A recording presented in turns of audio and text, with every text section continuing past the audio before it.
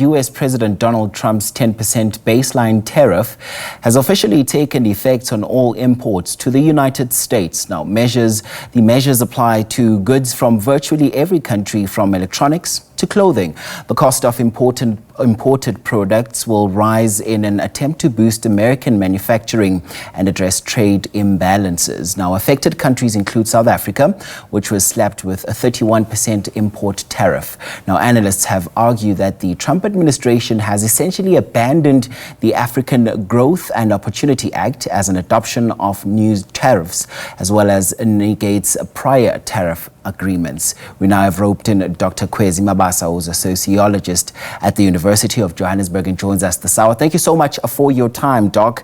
Perhaps let's begin with the Trump administration's sweeping tariffs. You know, while they were largely aimed at China and other global powers, let's talk about what specific impact this has ought to have on South Africa's economy and the trade environment as a whole. Thank you. Morning to the listeners. I think the one thing we have to know is that we got 30% tariff regulation imposed on South Africa. And that's quite high in comparison to the other countries. And we're still trying to figure out what's the rationale behind that, because, I mean, what the president of the US basically said in the briefing was that there's some bad things happening in South Africa. But it's going to have a considerable impact on the economy of South Africa, because the US is one of our leading export sort of destinations, especially when you look at some of the key sectors in AGOA and in the general trade agreements. So it's quite concerning, and we can't take it lightly. We will have to look into other possibilities, which include diversifying our trade export markets, but also trying to negotiate around this issue.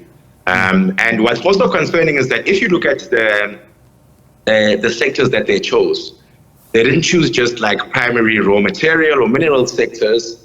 They targeted our manufacturing sectors, and that's concerning, because remember, it's not only about trying to just export raw materials, we're also trying to export manufactured goods in order to change the nature of the trade profile that we have with the US.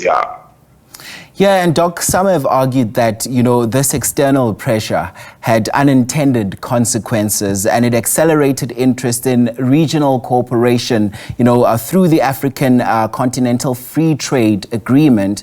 First of all, do you agree? And if so, how did this shift unfold?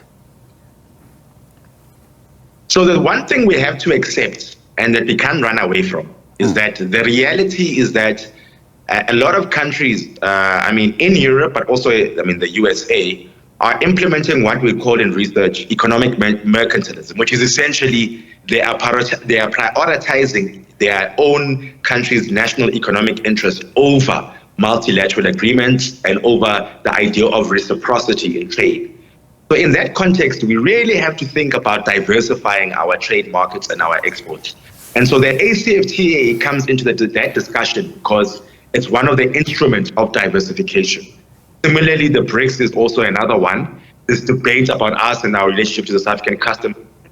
So we don't want to totally break from the US or the EU, but the argument is that in a world where countries are prioritizing their own national specific economic interests, you cannot be over-reliant on just single export markets. So for example, the US is our second biggest trade partner.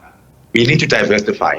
Otherwise, we're going to be stuck in a position where when they make a decision or an executive order, we're over-reliant on them. And the thing is with the US about AGOA, if you look at the auto sector and the agriculture, those are the two sectors that have been relatively performing well in the context of our economic challenges.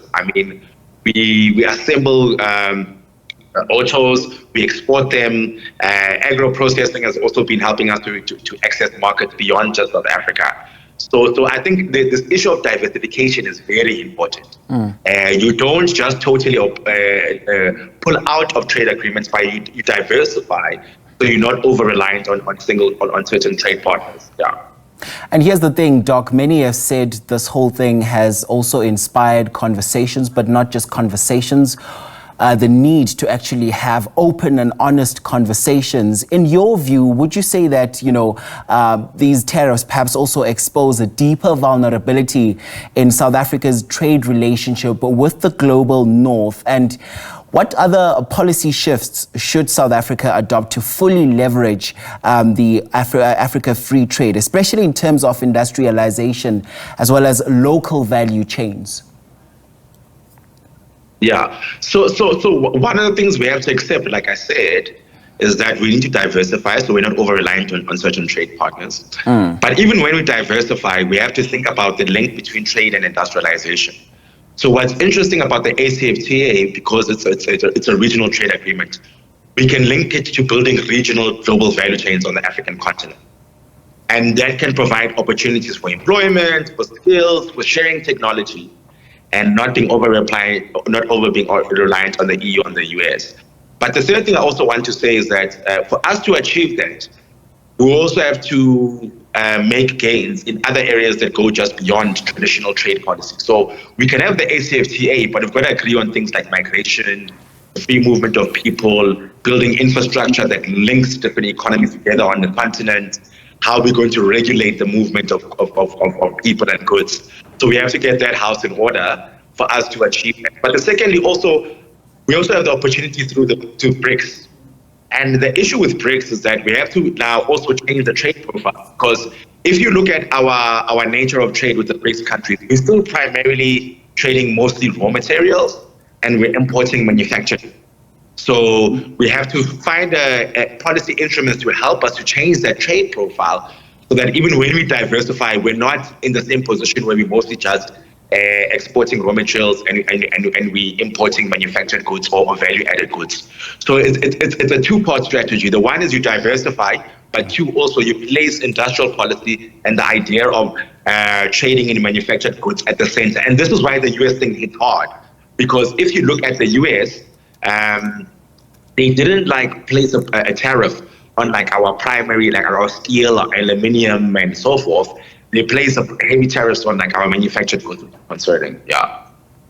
All right, Thomas, thank you so much for your time and your insights this hour. That's, of course, Dr. Khwezi Mabasa, unpacking the US President Donald Trump's 10% baseline tariff there with us. Thanks very much indeed for your time.